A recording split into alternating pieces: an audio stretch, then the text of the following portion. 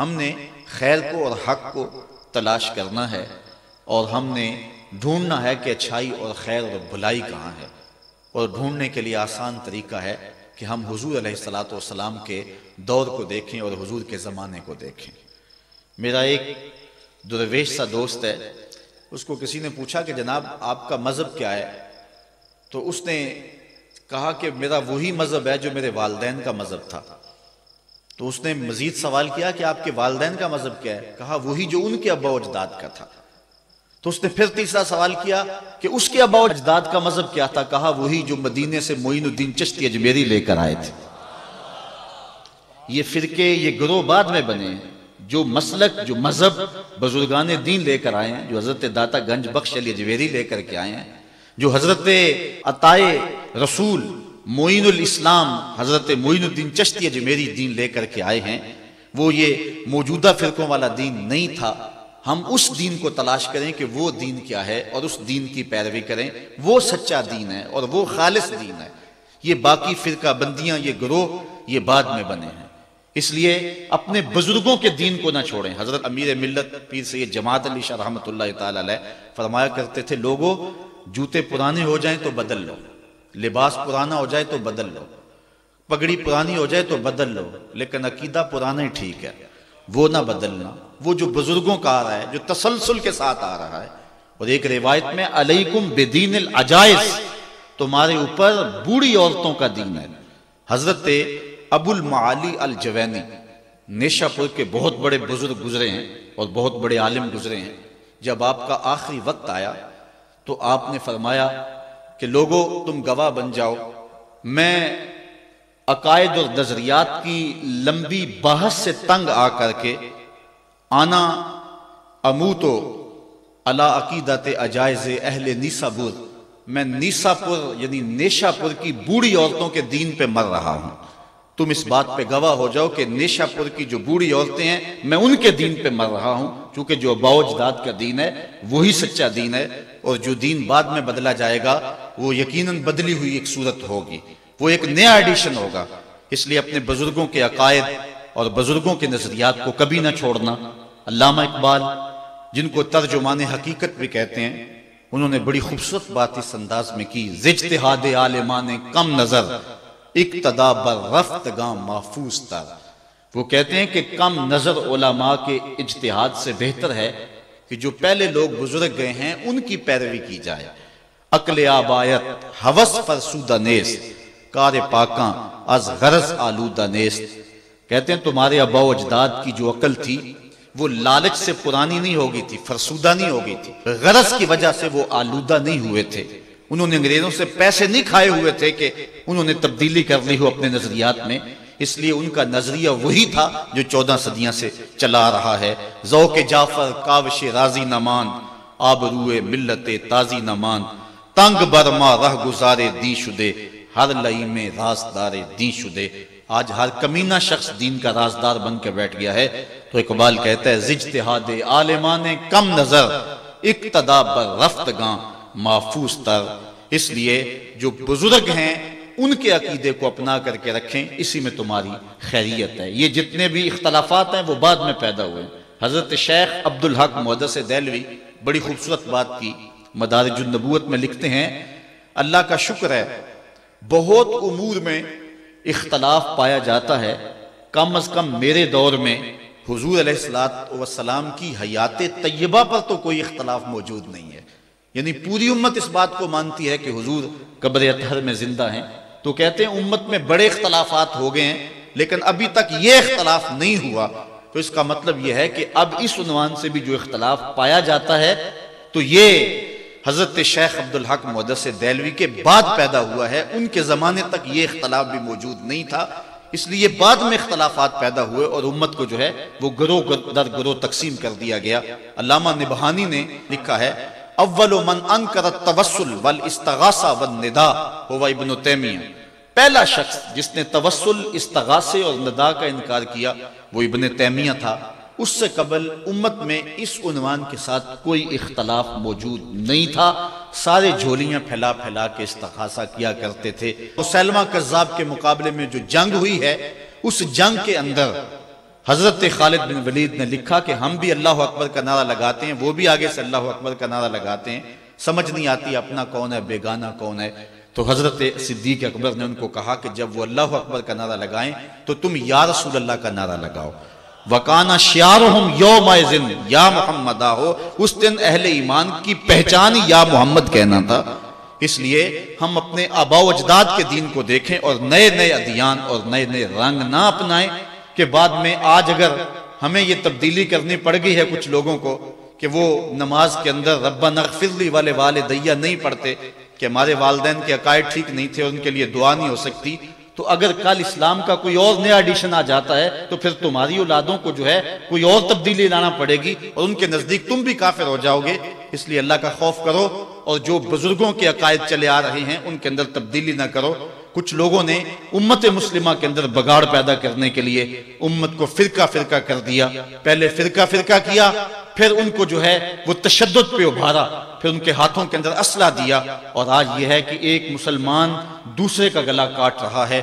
امت مصطفیہ آپس میں دست و گریبان ہے، چھوڑ کے آپ کا دامن رحمت، آقا ہم سے بھول ہوئی، کھو دی اپنی قدر و قیمت، آقا ہم سے بھول ہوئی، دیکھ ہماری آنکھ مچولی، اپنے سینے اپنی گولی، بھول گئے ہم درس اخوت، آقا ہم سے بھول ہوئی، بن گئے سیم و زر کے بندے، تن کے ستھرے من کے گندے، لٹ گئی ہم سے فقر کی دولت، آقا ہم سے بھول ہوئی۔ اب بھی حضور کی دہلیز پہ آ جائیں اور عرض کریں کہ دنیا کے ٹھکرائے ہوئے ہیں، تیرے در پہ آئے ہوئے ہیں، کھول دے اپنا دامن رحمت، آقا ہم سے بھول ہوئی۔ تو عقیدے کی بنیاد اپنے بزرگوں کے عقائد کو رکھیں، سارے مسائل حل ہو جائیں گے، ورنہ کیل اقوال دلائل مناظرے اس سے جو ہے وہ نتائج نہیں ملیں گے۔ جو بزرگوں کے عقائد تھے، آباء و اجداد کے عقائد تھے، وہی عقائد رکھیں اور وہی سچے عقائد تھے اور وہی ستھرے عقائد تھے۔ دوسری بات، عقیدے کی پختگی اور عقیدے کی پاکیزگی اور عقیدے کی اصلاح کے بعد ہمیں اپنے کردار پر توجہ دینے کی ضرورت ہے، اس لیے کہ امت مسلمہ کو کردار کی عظمت ہی سکھلائی گئی ہے اور ان کا کردار ہی ان کو باقی لوگوں سے ممتاز اور نمایاں کرتا ہے۔ حضرت شاہ نقشبند بخاری علیہ رحمہ کا قول ہے، جس شخص کی خاموشی فائدہ نہیں دیتی اس کی تقریر بھی فائدہ نہیں دیتی۔ مطلب کیا کہ جس کے کردار میں چمک نہیں اس کی گفتار بھی دلوں پہ نہیں اترتی، ہواؤں میں اڑتی ہوئی تتلیوں کی طرح لفظ اپنا رنگ تو جمائیں گے لیکن من میں نہیں اتریں گے، لفظ وہی اتریں گے جو دل سے نکلیں گے۔ از دل خیزت بر دل ریزت، اسحد و بلال اند اللہ اشہد، بلال کی اسحد وہ دھوم مچا دیتی تھی کہ جو آج اشہد کے اندر بھی نہیں ہے، وہ خلوص کی کہانی تھی، وہ کردار کی برکت تھی۔ آج ہمارے کردار لٹ گئے ہیں۔ ایک زمانہ ہوا، ایک کتاب چھپی تھی عرب کا چاند، اور اس کا رائٹر تھا سوامی لکشمن پرشاد۔ یہ ایک انڈین رائٹر ہے جس نے حضور کی سیرت پہ یہ کتاب لکھی۔ کتاب کیا ہے کہ سطروں میں چراغ رکھے ہوئے ہیں، 200-250 صفحات پہ مشتمل حضور کی سیرت پر اس نے یہ ایک نایاب نگینے کی صورت میں ایک کتاب پیش کی ہے۔ کسی نے سوامی لکشمن پرشاد کو کہا کہ تو مسلمانوں کے نبی کی سیرت پر اتنی خوبصورت کتاب لکھی کہ جو پڑھتا ہے اس کا ایمان تازہ ہوتا ہے، اس کتاب کو لکھ کر کے تو خود اس نبی آخر الزمان کا غلام کیوں نہیں بنا؟ تو سنیے جو سوامی نے جواب دیا، وہ ہماری آنکھیں کھول دینے کے لیے کافی ہے۔ اگر نہ سوچیں تو الگ بات ہے۔ کسی زمانے میں ہمارے اس روڈ پہ ایک گاڑی چلتی تھی، اس کے پیچھے لکھا ہوا تھا عقل نہ ہو تو موجہ ہی موجہ، لیکن اگر عقل ہو تو سوچاں ہی سوچاں۔ اگر ہم نہ سوچیں تو الگ بات ہے، لیکن اگر سوچیں تو اس کا جواب اتنا زناٹے دار تماچا ہے کہ صدیوں اس کی کسک نہ جائے۔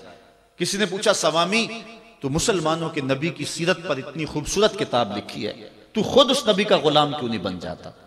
تو اس نے کہا کہ جب میں مسلمانوں کے نبی کی سیرت پر کتاب لکھنے کے لیے بڑی بڑی امہات قطب سید کو پڑھا اور حضور کی عظمت کے گوشے اور حضور کی سیرت کے جمال مجھے نظر آئے، تو یہ جذبہ میرے دل میں بھی پیدا ہوا کہ میں اس آقا کا غلام بن جاؤں۔ لیکن جب میں موجودہ مسلمانوں کے کردار کو دیکھتا ہوں تو میں کہتا ہوں میں ہندو ہی ٹھیک ہوں۔ ہمارا کردار لوگوں کے ایمان کے راستے میں رکاوٹ بنا ہوا۔ ایک وہ زمانہ تھا، امام محمد کا جنازہ اٹھتا ہے، پورا بصرہ امڈ آیا، یہودی عیسائی بھی رہتے تھے اس شہر میں، کہا یارو مسلمانوں کے امام کا جنازہ ہے، چلو تم بھی شامل ہو جاؤ۔ آخری رسومات میں شامل ہونے کے لیے وہ بھی آ جاتے ہیں۔ لوگ ذوق و شوق سے بڑھ بڑھ کے جنازے کی چارپائی کو کندھا دینے لگتے ہیں، اور کسی عیسائی اور یہودی کا جی چاہا نہ کہ چلو مسلمانوں کے امام کے جنازے کی چارپائی کو میں بھی کندھا دے لوں۔ ہمیں تاریخ نے بتایا جو ہی اس کا کندھا امام کے جنازے کی چارپائی کو چھوا، لبوں پہ کلمہ جاری ہو گیا۔ ہمارے بزرگوں کی لاشیں بھی کلمہ دیتی تھی، اور آج ہماری زندہ لاشیں لوگوں کے ایمان کے راستے میں رکاوٹ بنی ہوئی ہے۔ آج ہم کھڑے ہو کے دعویٰ تو کرتے ہیں کہ ہم امریکہ سے ٹکر لیں گے، ہم ٹکڑے ٹکڑے کر دیں گے، پاش پاش کر دیں گے، لیکن کبھی جھانک کر کے دیکھا، اپنی حالت دیکھی؟ ہماری مسجدوں کی لیٹرینوں کے گندے لوٹے بھی زنجیروں سے بندھے ہوئے۔ آج گرمی کا موسم ہے، اگر کوئی باہر واٹر کولر نصب کرتا ہے تو اس کے پاس جو گلاس رکھتا ہے اس کو زنجیروں سے باندھ کر کے رکھنا پڑتا ہے۔ تمہاری مساجد کے اندر جوتے اٹھائے جاتے ہیں، یہ ہے تمہارے کردار کی جھلک، اور دعویٰ دیکھیے کہ ہم امریکہ کے ٹکڑے کر دیں گے۔ حضور نے معراج کی رات ایک منظر دیکھا، ایک پتھر ہے، چھوٹا سا سوراخ ہے اس میں، اور اس سے ایک بیل نکلا، دوبارہ اس میں گھسنے کی کوشش کرتا ہے لیکن اس سے گھسا نہیں جاتا۔